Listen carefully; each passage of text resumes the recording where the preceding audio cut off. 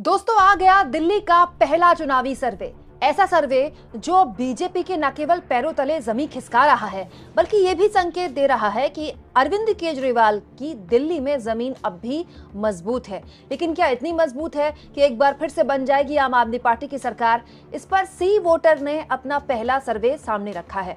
वैसे दोस्तों लोकसभा चुनाव, हरियाणा चुनाव और महाराष्ट्र के चुनाव के बाद एग्जिट पोल और सर्वेस पर भरोसा कम ही कर सकते हैं हम, लेकिन क्योंकि हम चुनावी कवरेज आपके सामने रखते हैं। से दोस्तों जो इस वक्त सर्वे निकल के आ रहा है उससे कहीं ना कहीं प्रधानमंत्री नरेंद्र मोदी जी या फिर गृह मंत्री अमित शाह जी को टेंशन तो हो रही होगी, क्योंकि सबसे पहला सर्वे सामने निकल कर आ चुका है कि आखिर दिल्ली के अंदर किसकी सरकार बनेगी। आखिर जनता क्या चाहती है? क्या वहां पर सरकार बदलेगी या फिर वही सरकार रिपीट करेगी, या फिर कौन सी सरकार को सत्ता के अंदर लाना चाहती है? सी वोटर्स का पहला जो सर्वे है वो सामने निकल कर आया है। आप इस रिपोर्ट को देखिए।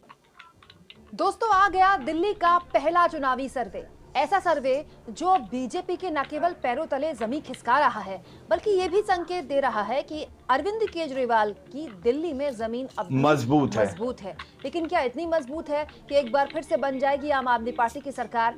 इस पर सी वोटर ने अपना पहला सर्वे सामने रखा है। वैसे दोस्तों लोकसभा चुनाव, हरियाणा चुनाव और महाराष्ट्र के चुनाव के बाद एग्जिट पोल और सर्वेस पर भरोसा कम ही कर सकते हैं हम, लेकिन क्योंकि हम चुनावी कवरेज आपके सामने रखते हैं, चुनाव का हर आंकड़ा और विश्लेषण आपके सामने रखते हैं, इसीलिए इस सर्वे को एक नजर देखा तो जा ही सकता है।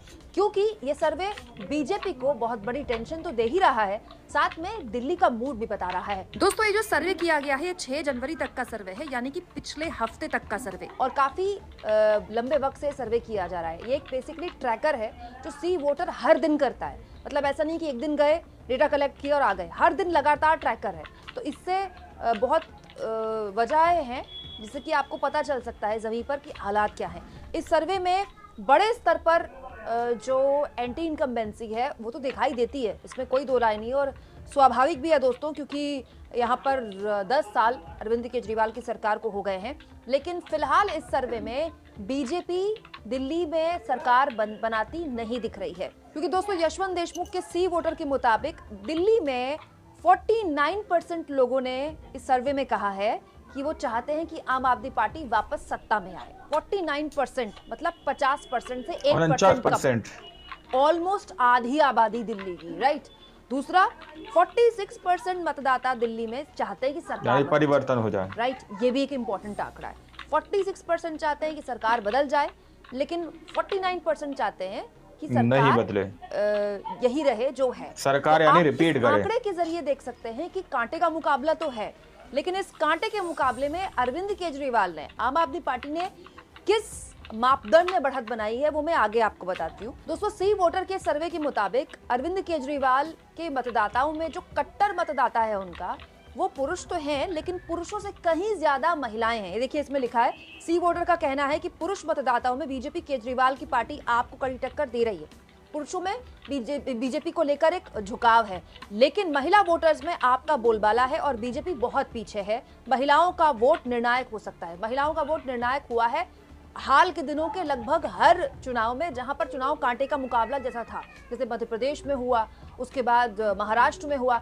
और जो भी फ्रीबीज अरविंद केजरीवाल देते हैं दोस्तों, चाहे वो मुफ्त बिजली है, मुफ्त पानी है, स्कूल बच्चों के ठीक कर देना, या फिर मोहल्ला क्लिनिक हो जाना, और ये एक ऐसी फ्रीबीज हैं जिसमें अरविंद केजरीवाल ने केवल बोला नहीं है, करके दिखाया है। इसीलिए जो महिला सम्मान राशि देने की बात की गई है 2100 रुपए केजरीवाल की तरफ से, इस पर महिलाओं को भरोसा इसीलिए है क्योंकि ट्रैक रिकॉर्ड अच्छा है अरविंद केजरीवाल का। बहुत से लोग कहते हैं कि केजरीवाल थोड़ा पहले कर दिया होता, 1-2 किस्त आ गई होती, जैसे महाराष्ट्र में आ गई थी, तो और ज्यादा आसानी होती, लोगों को भरोसा होता जब 1-2 किस्त आ जाती तो। लेकिन जैसा कि मैंने कहा कि जब आपका ट्रैक रिकॉर्ड होता है तो महिला वोटर को पता है कि यार ये देता है, ये कर देता है, इसने फ्री बिजली भी बोली तो कर दी, बस बस का किराया जो कर रहा था बाय डिफॉल्ट आपका साइकी होता है कि भाई इसने बोला है तो कर देगा। इसीलिए शायद महिला मतदाताओं के बीच अरविंद केजरीवाल का झुकाव ज्यादा है। और तीसरा सबसे इंपॉर्टेंट फैक्टर जो इस सी वोटर के सर्वे में दिखाई दिया है दोस्तों, वो है खुद अरविंद केजरीवाल।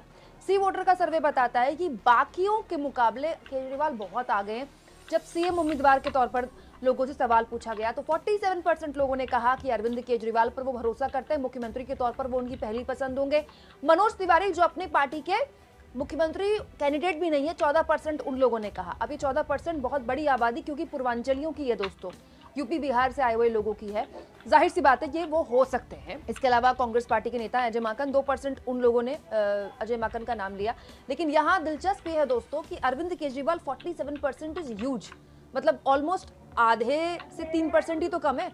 तो अरविंद केजरीवाल अपने आप में बहुत बड़ा फैक्टर है और यही बात अरविंद केजरीवाल जानते हैं, इसीलिए रोज इस तरह के पोस्टर जारी किए जाते हैं आम आदमी पार्टी की तरफ से। और तो और बीजेपी के सूत्रों के हवाले से आम आदमी पार्टी की तरफ से केजरीवाल ने प्रेस कॉन्फ्रेंस कर दी ये कहते हुए कि रमेश धूड़ी को बीजेपी सीएम कैंडिडेट बनाने वाली है। उससे पहले आम आदमी पार्टी वालों ने कह दिया कि प्रवेश वर्मा को सीएम बना रहे हैं, क्योंकि आम आदमी पार्टी जानती है कि कोई भी चेहरा अगर आगे कर देगी बीजेपी तो वो चेहरा अरविंद केजरीवाल से कमतर ही होगा और यही अरविंद केजरीवाल एज बना लेंगे। हालांकि दोस्तों, हालांकि इस सर्वे में बहुत सी ऐसी चीजें हैं जो आम आदमी पार्टी के लिए खतरे की घंटी और टेंशन देने वाली भी हो सकती हैं, क्योंकि यशवंत देशमुख का ट्रैकर बताता है कि जो 49% मतदाता है जो चाहते हैं कि वापस आम आदमी पार्टी की सरकार बनी, उसमें 10% की गिरावट आई है।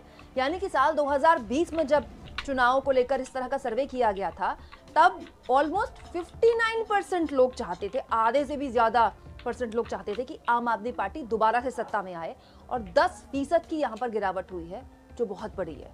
जाहिर सी बात है, ये बताती है कि अरविंद केजरीवाल और उनकी सरकार को लेकर एंटी इनकम्बेंसी है और बहुत तगड़ी एंटी इनकम्बेंसी है। और यशवंत देशमुख का सत्य हिंदी में इंटरव्यू भी मैं सुन रही थी पूरा, और उन्होंने ये बात अपने इंटरव्यू में बोली कि अगर आज अरविंद केजरीवाल ये सोचकर बैठ जाएं कि चुनाव तो उन्होंने निकाल लिया है तो ऐसा नहीं होना, उनको अभी भी मेहनत करना पड़ेगी। फंसा हुआ है और इसीलिए आप देखिए अरविंद केजरीवाल जबरदस्त तरीके से हर दिन, मतलब 3 प्रेस कॉन्फ्रेंस होती है केजरीवाल की पार्टी की, एक सुबह होती है 10 बजे या फिर 11 बजे, फिर एक 2 बजे होती है, फिर शाम को एक 4 बजे के आसपास प्रेस कॉन्फ्रेंस होती है।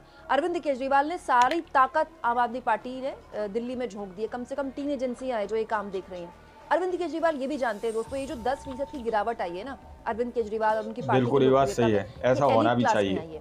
देखिए जो झुग्गी झोपड़ी वाले, कच्चे मकान वाले लोग हैं, इनमें ये अभी भी अरविंद केजरीवाल के कट्टर समर्थक है, क्योंकि इनको मिला बहुत कुछ है। इनको फ्री बिजली मिली, इनको फ्री पानी मिला, इनके घर की बेटियां बस में फ्री सफर कर रही हैं, इनके बच्चों के स्कूल अच्छे हो गए। एक सरकारी स्कूल में स्विमिंग पूल बन जाना, सरकारी स्कूल का बच्चा फ्रेंच बोल रहा है, अंग्रेजी बोल रहा है, ये बहुत बड़ी बात है। हेल्थ केयर में भी अरविंद केजरीवाल ने काम किया, दिखता है। मोहल्ला क्लिनिक से बिल्कुल जो सामान्य लोग हैं उनको बहुत फायदा हुआ है। लेकिन अरविंद केजरीवाल का जो वोट कटा है दोस्तों, वो एलीट वोटर है। होता क्या था, ये एलीट वोटर जो जिनके घर के बाहर 3-3 4-4 गाड़ियां खड़ी रहती हैं, दिल्ली का जो हाई सोसाइटी वोटर है, ये एलीट वोटर भी केजरीवाल का वोटर था और यही एलीट वोटर इधर उधर जाता रहता है। लोकसभा चुनाव में बीजेपी को वोट कर देता है, विधानसभा चुनाव में केजरीवाल को वोट कर देता है। मतलब अब चल रहा है इस वक्त दोस्तों, समझ सकते हैं आप लोग, सारी स्थिति आपके सामने है दिल्ली की। अरविंद केजरीवाल भी ये जानते हैं कि पोल्यूशन एक बड़ी नाकामी रही है। पोल्यूशन कम कर पाने में सरकार जो दिल्ली की रही वो नाकाम रही और इसको लेकर अरविंद केजरीवाल, यही वजह है कि बार बार वो सोशल मीडिया के पोस्ट और उनके जो कार्यकर्ता हैं वो भी फील्ड में ऐसे लोगों के बीच जो उनको इस बात को लेकर नाराज है कि यमुना साफ नहीं हुई, पोल्यूशन इतना ज्यादा है, और अब भाजपा को ट्राई करके देखते, क्योंकि ये जो वोटर है इसको फ्री बिजली से फर्क नहीं पड़ता, फ्री पानी से फर्क नहीं पड़ता, इसके घर की बेटियां बस में सफर नहीं करती हैं। हमको पता होना चाहिए क्योंकि दिल्ली की डेमोग्राफी ऐसी है।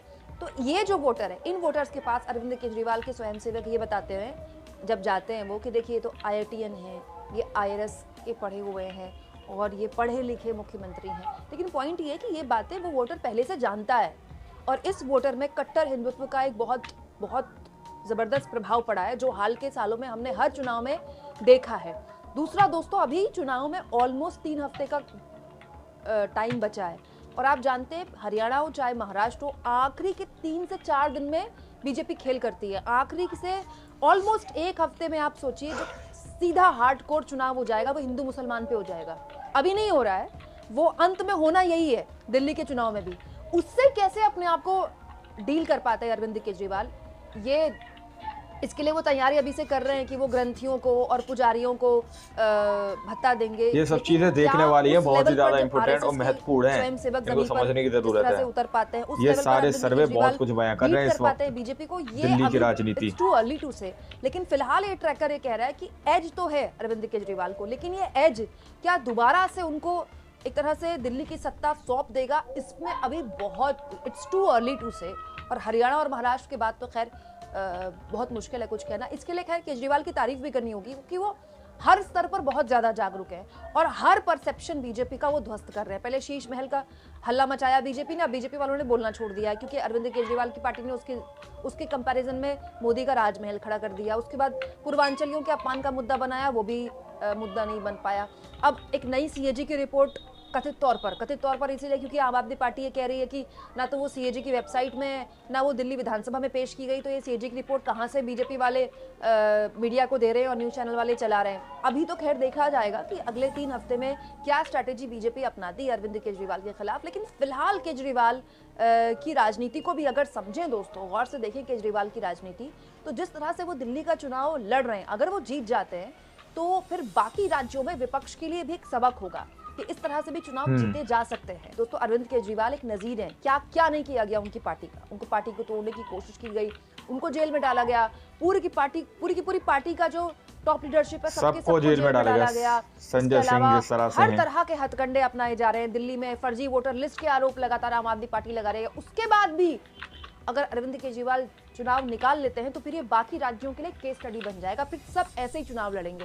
आपको क्या लगता है दोस्तों, कमेंट बॉक्स में जरूर लिखें और जितना हो सके चैनल को शेयर भी करें, सब्सक्राइब भी करें और थैंक्स और ज्वाइन, ये 2 ऑप्शन है जिसके जरिए आर्थिक तौर पर भी आप चैनल के हाथ मजबूत। दोस्तों, आप लोगों ने इस वीडियो को शुरू से आखिर तक देखा। वीडियो के अंदर साफ तौर पर बात की गई है कि सी वोटर्स के जो सर्वे है, उस सर्वे के अंदर सीधे तौर पर बताया गया कि किस तरह से 49% वहां की जो आबादी वो ये चाहती है कि दोबारा से सरकार रिपीट करे। 46% जो आबादी है वो चाहती है कि वहां पर परिवर्तन हो, यानी कि सरकार चेंज हो जाए।